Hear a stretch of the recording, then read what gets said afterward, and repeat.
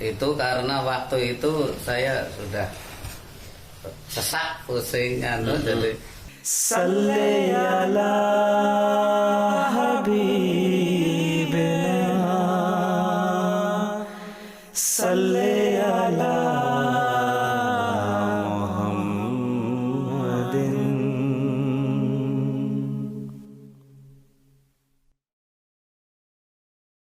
Sepanjang mata memandang, hamparan pepohonan hijau menghampar dan terbelah oleh lurusnya jalan Trans Papua yang diapit parit-parit panjang seakan tiada ujung.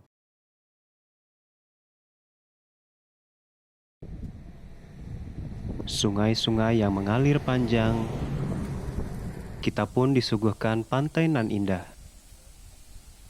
Masyarakat pun memanfaatkannya sebagai sarana transportasi.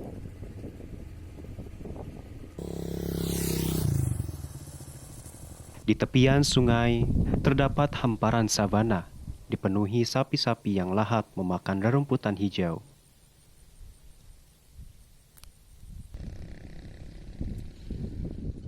Pulau ini memiliki kekayaan dan keunikan flora dan fauna tersendiri, yang berbeda dengan wilayah Indonesia pada umumnya.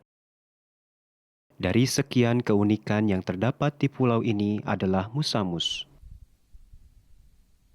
mahakarya alam yang diciptakan oleh hewan sejenis rayap membentuk kerucut berwarna kemerahan, tinggi menjulang hingga 5 atau bahkan 7 meter.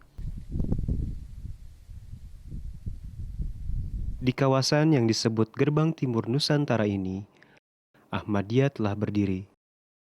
Salah satu cabang yang paling pesat kemajuannya terletak di Kabupaten Merauke, kabupaten terluas di Pulau Papua.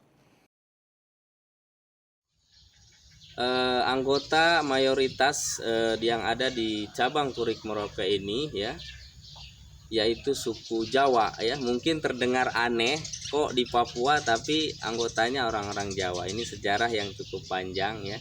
Kenapa Ahmadiyah bisa ada di Merauke ini, yaitu melalui transmigrasi ya pada tahun 1980 dan 81 diawali transmigrasi di zaman Pak Harto ya.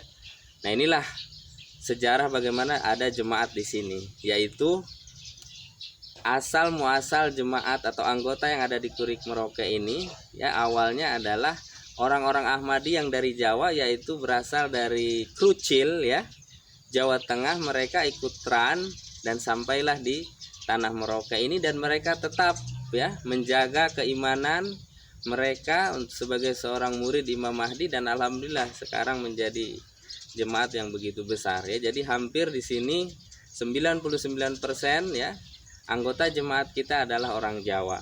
Ya tentu kalau kita berbicara orang Jawa dari segi karakteristik ya mereka tidak akan pernah berubah ya. Dimanapun mereka berada ya mereka tetap orang Jawa ya. Yaitu Jawa Tengah, ada juga di sini orang Jawa Timur ya.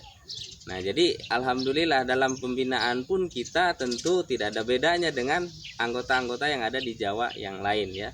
Mereka lebih bersifat artinya ya penurut ya, kemudian mereka juga taat ya, dan juga orang-orang yang punya spirit pengorbanan juga tinggi ya. Dan alhamdulillah dari spirit pengorbanan yang tinggi itu mereka membuktikan ya bahwa mereka sekarang melihat pembangunan yang ada di Turik Merauke ini bisa berjalan dengan baik ya, mempunyai gedung-gedung yang bagus ya. Nah, itulah artinya salah satu karakteristik yang ada anggota yang ada di Turik Merauke ini sungguh luar biasa ya.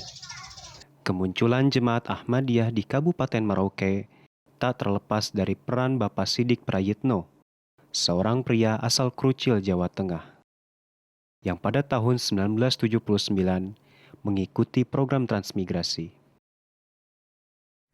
tahun 79 datang, saya bingung itu. Ini aduh, saya sendiri bagaimana ini nanti. Sendiri sebagai seorang Iya, berdoa terus. Akhirnya saya tuh dari pertanian dari kota Jawa, Solo, ikut pelatihan ke Jawa gitu. yaitu ke Jogja. Beliau merupakan satu-satunya anggota jemaat Ahmadiyah yang mengikuti program transmigrasi ke Papua. Perasaan bingung dan terasing sempat menyelimuti hari-hari beliau. Selama itu pula lah, beliau secara terus-menerus berdoa agar mendapat saudara rohani. Selama 2 tahun penantian, akhirnya pada bulan Desember 1981, beliau diberi kesempatan untuk mengikuti pelatihan ke Pulau Jawa. Kesempatan tersebut tidak disia-siakannya. Beliau kembali ke Merauke dengan membawa 2 keluarga Ahmadi dari Pulau Jawa. Setelah pelatihan itu pulang ke Krucil dan mengajak tadi saudara-saudara ya, dan Pak Sidik di Jawa ini singkatnya itu sekitar 2 bulan ya, dari bulan Desember akhir berarti bulan Januari Februari ya.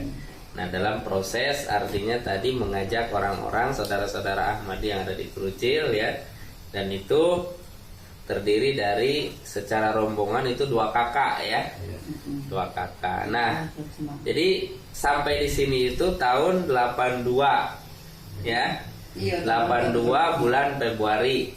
Nah jadi orang-orang anggota jemaat yang ada di Krucil alhamdulillah ada mau 2 orang ya, 2 kakak, yaitu Pak Yudi dengan Pak Bahminto ya. Nah jadi singkatnya keluarga besar Bahminto dengan Pak Yudi ikut dengan Pak Sidik ya ke Papua ya. Dari hari ke hari, tahun ke tahun, ketiga keluarga Ahmadi Awalin itu secara terus-menerus menjalankan kegiatan jemaat, seperti sholat 5 waktu dan pengajian dilakukan secara mandiri tanpa bimbingan dari seorang mubalik. Namun, seiring dengan waktu dan bertambahnya anggota serta ragam aktivitas yang kian hari kian padat, keberadaan mubalik kian menjadi sangat dibutuhkan. Itu karena waktu itu saya sudah sesak pusing jadi saya langsung coret-coret surat, langsung surat ke pusat itu. Pusat yang isi surat itu adalah permintaan mubalik. Jadi sebelum Pak Muhlis ini istilahnya menyatakan diri sebagai mubalik Ahmadiyah ya, dan kita juga sebagai organisasi Ahmadiyah. Nah sebelum itu kan Pak Muhlis mungkin bergaul ya dengan masyarakat, dan pada waktu itu masyarakat menerima gitu ya. Tapi setelah Ahmadiyah artinya memposisikan diri sebagai organisasi tersendiri, barulah artinya terjadi penentangan ya. Bahkan penentangan itu terjadi, imbasnya adalah pengusiran terhadap beliau. Itu tahun 1996 ya. Berarti beliau 2 tahun di sini. Nah setelah itu beliau ke Jayapura, ke Jayapura kembali ya, ke tempat asal beliau tugas ya. Tahun 1994, Maulana Mukhlis dikirim ke tempat 3 jemaat Awalin itu berada. Di Desa Harapan Makmur, Kecamatan Kurik, Kabupaten Merauke. Namun, keberadaan beliau di kota Rusa itu tidak berlangsung lama karena derasnya penolakan dari sesama orang pendatang yang tidak suka dengan keberadaan mubalik itu. Nah singkatnya bahwa di Merauke ini kan tidak ada mubalik. Dan yang saya tahu dan saya dengar dari anggota jemaat, berarti Ahmadiyah di Kurik ini dari tahun 96 sampai diutusnya Pak Hamid ya, yang asli mubalik asli Papua ini itu tahun 2003. Nah berarti dari tahun 96 sampai 2003 ini bagaimana kegiatan Ahmadiyah atau anggota di sini dengan tidak adanya mubalik? Kita hanya Jumatan saja, tapi ya itu yang khotbah Pak Sidik. Karena nggak ada mubalik. Jadi kegiatan jemaat tetap berjalan ya, walaupun tidak ada mubalik. Kemudian canda juga ya berjalan gitu ya. Nah jadi sampai tahun 2003 berarti diutuslah Bapak Hamid Serveva ya, yang kondisi pada saat itu jemaat di sini masih artinya dimusuhi ya, masih dimusuhi tapi tetap bertahan. Nah diutus Pak Hamid Serveva ini bagaimana reaksi masyarakat? Ya mau tapi kan tidak berani karena orang sini sih. Artinya mereka mau tuh dalam artian mau mengusir juga. Iya. Iya, tapi kan karena orang Papua toh. Jadi tapi karena masyarakat Jawa ini tahu bahwa Pak Hamid ini orang Papua, akhirnya mereka tidak berani, ya. Iya. Nah, artinya setelah ada Pak Hamid inilah jemaat artinya betul-betul dalam posisi kondusif, ya. Artinya kondusif itu tidak diganggu, tidak Ya, aman. istilahnya di inilah ya, di pojokan gitu ya. Nah, jadi setelah Pak Hamid, nah Jemaat Ahmadiyah Cabang Kurik mendapatkan kemajuan pesat ketika seorang mubalik putra Papua diutus langsung untuk bertugas di Kurik. Menyandang status sebagai putra daerah, Maulana Hamid Sirfeva dengan mudah menyebarkan ajaran Islam di kabupaten paling selatan Papua itu. Dan tujuan-tujuan agama. Anggaplah waktu ini sebagai ganiman yang tidak akan pernah ditemukan. Buah perjuangan tidak sia-sia. Mubalik datang silih berganti hingga Kurik menjadi jemaat yang paling maju perkembangannya di tanah Papua. Saat ini, jumlah anggota jemaat Kurik lebih dari 100 kepala keluarga, dan cabang dengan nomor urut 193 ini pun setiap tahunnya selalu didaulat sebagai tuan rumah perhelatan acara jemaat. Alhamdulillah pada saat sekarang ini anggota jemaat Kurik ada 170 orang yang sudah tercatat di buku Taznid. Untuk kegiatan jemaat Kurik saat ini sudah tercatat bahwa kegiatan pertama adalah kegiatan harian, yaitu seperti anak-anak madrasah, dan kemudian kegiatan mingguan yaitu pengajian badan-badan seperti Ansor, Udam, LI sudah terlaksana. Kemudian kegiatan untuk bulanan juga ada kegiatan yaitu pengajian bulanan yang diadakan keliling untuk tarbiyat pada anggota dari door to door, rumah ke rumah. Kemudian kegiatan tahunan yaitu kita alhamdulillah sudah dapat melaksanakan jalsah salana yaitu 3 kali, dan kemudian ijtima badan-badan ya alhamdulillah sudah pernah dilaksanakan di sini secara wilayah untuk mengadakan kegiatan di jemaat Kurik ini.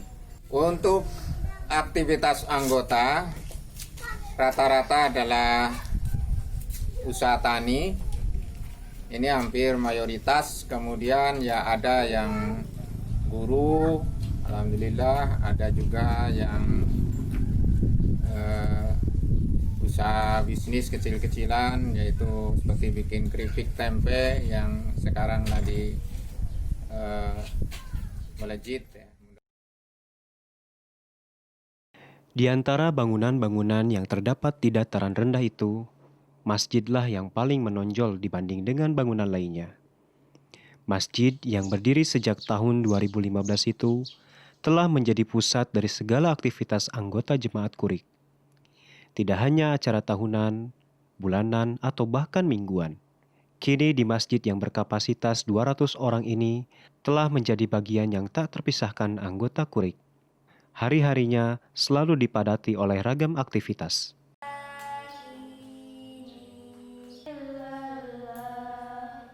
Tidak jauh dari masjid, terdapat bangunan-bangunan dengan warna yang relatif sama. Ada guest house, asrama, rumah misi, perkantoran cabang, dan juga rumah belajar yang dilengkapi dengan fasilitas bermain. Rumah belajar yang telah aktif sejak tahun 2018 ini, hari-harinya selalu ramai dengan aktivitas belajarnya. mulai sejak subuh, ba'da zuhur, dan ba'da maghrib. Meski muridnya tidak terlalu banyak, namun kegiatan ini mampu memikat para ghair Ahmadi untuk belajar. Walaupun pada saat ini yang belajar ke semua muridnya anak-anak jemaat. Tantangan yang kami hadapi ya selama saya tugas di sini 2016 sampai sekarang, tentu setiap wilayah ini mempunyai tantangan yang berbeda. Nah, di Merauke ini khususnya saya mengalami dua tantangan yang sangat luar biasa, yaitu faktor alam dengan tentu manusia ya. Nah, kenapa saya sebut alam di sini menjadi faktor tantangan? Karena memang ya dalam kegiatan tabligh ataupun tarbiyat ya, kita sangat mengalami tantangan yang luar biasa oleh alam ini. Karena kita mau tabligh di sini banyak daerah-daerah yang tentu transportasi belum ada.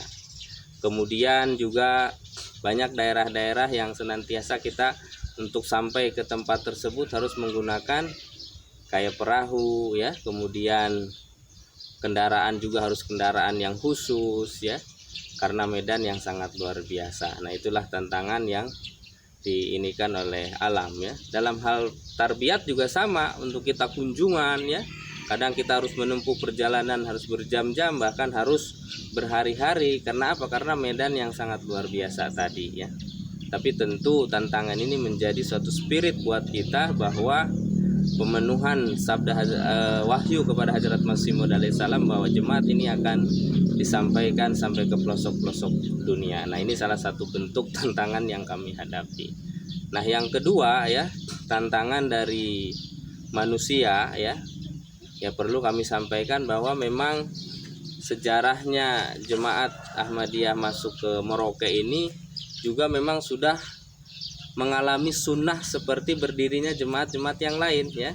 Jadi selama saya tugas di sini juga ya alhamdulillah, artinya tantangan yang dihadapi ya begitu banyak, tapi tentu ya kita hadapi dengan jalan hikmah ya. Di antaranya adalah dengan melakukan rabtah dan rabtah, kemudian juga melalui pendekatan-pendekatan kepada tokoh ya. Dan alhamdulillah dengan cara diskusi ya, kemudian kita rabtah, dengan cara seperti itu kita bisa berkomunikasi dengan baik ya. Dengan aparat juga kita alhamdulillah baik ya. Nah, jadi tantangan-tantangan tadi walaupun besar ya, tapi tentu kita hadapi dengan hikmah dan juga bijaksana. Kegiatan-kegiatan pun terus digalakkan. Safari tabligh yang dimotori Maulana Umar selalu ramai diikuti oleh para anggota lainnya. Mereka rela menempuh jalanan tanah, jalanan merah belum beraspal. Kadang medan harus ditempuh pula melalui kapal perahu kecil, menyiarkan Islam damai, Islam ramah, Islam rahmatan lil alamin di pulau terbesar di Indonesia ini.